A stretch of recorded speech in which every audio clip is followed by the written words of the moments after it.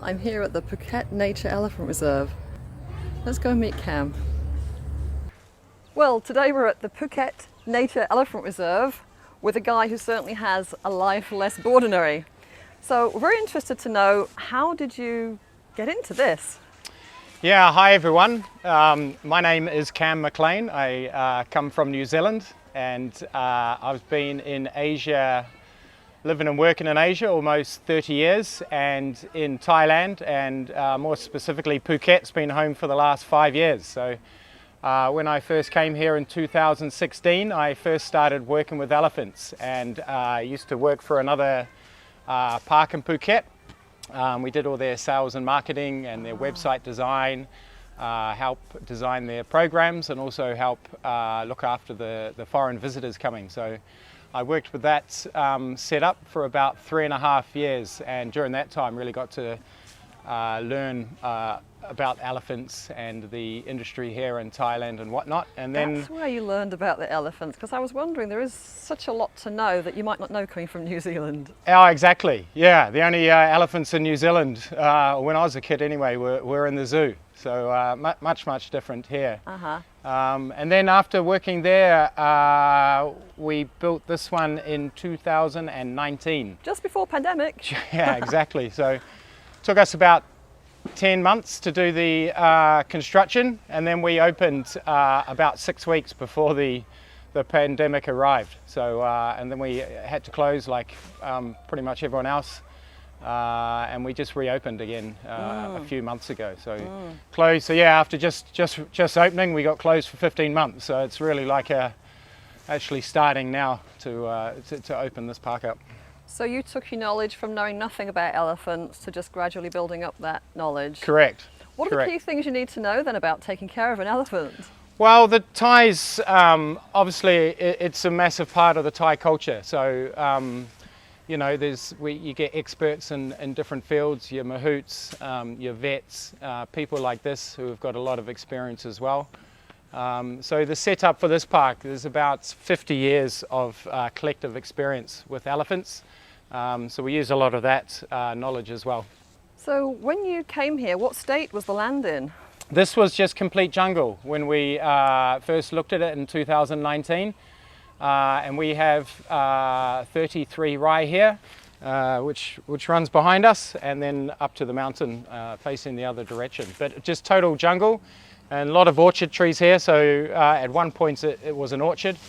So yeah, we had to bring in the machines and start laying out and all the construction and everything like that.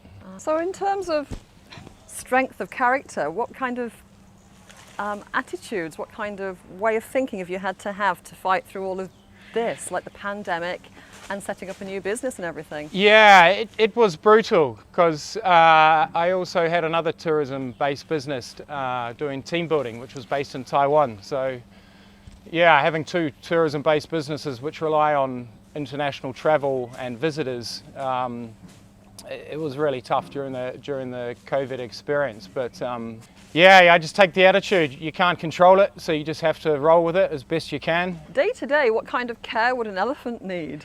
They need bathing regularly. So at night time they sleep in some shelters. We have massive oversized 20 by 10 meter shelters, so they are free they have a lot of space at night to be able to roam around.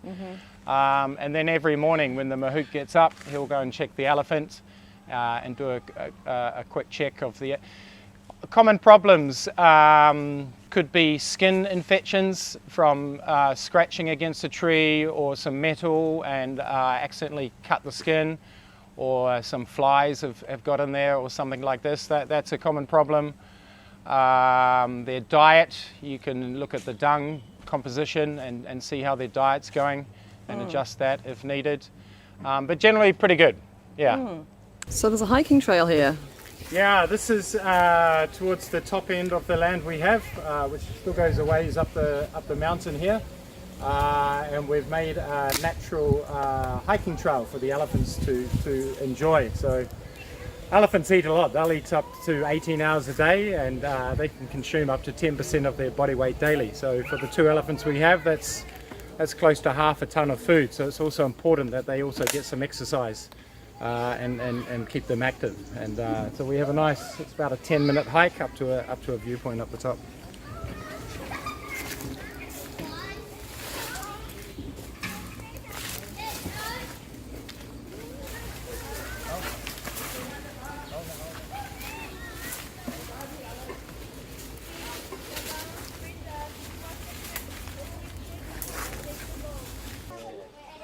Cam, you've got a lot going on here. I Do you know. want to tell us about some of the usual things that happen here? Absolutely. So this, at the moment, this is where we are is called the Elephant Dung Recycling Centre, and it's one of the educational activities we provide to visitors on our short and half-day program. So we teach people the process of cleaning the elephant dung, and then you can make it into recycled paper, such as this. And another use for the elephant dung is we can convert it into biogas, which then we can use for cooking. So it's a great way to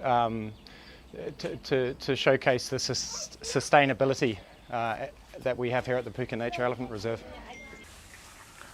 So I'm kind of curious. Is that just for fun? Do they need to have a bath like that? Yeah, they naturally love the mud. It keeps them cool. That's why they're throwing the mud all over them, and then it helps keep all the insects off their skin. So they naturally prefer to be in that state. So how often would they do that?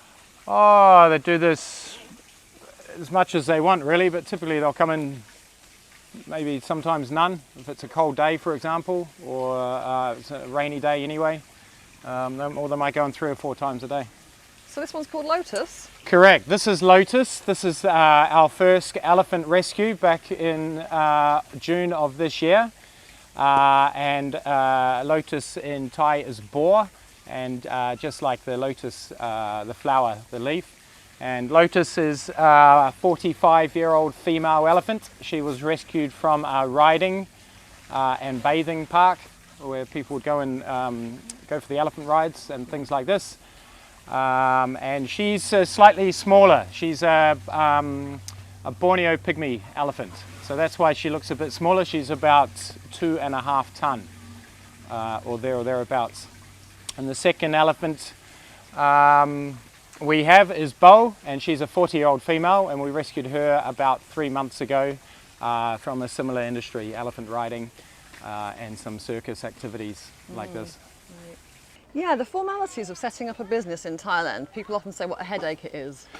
Yeah, it can be. I guess that's natural. You're in a different country, different language, different set of rules. Yeah, and it certainly takes some time and a lot of paperwork. But yeah, I think one of the most valuable assets is a good accountant that understands that process.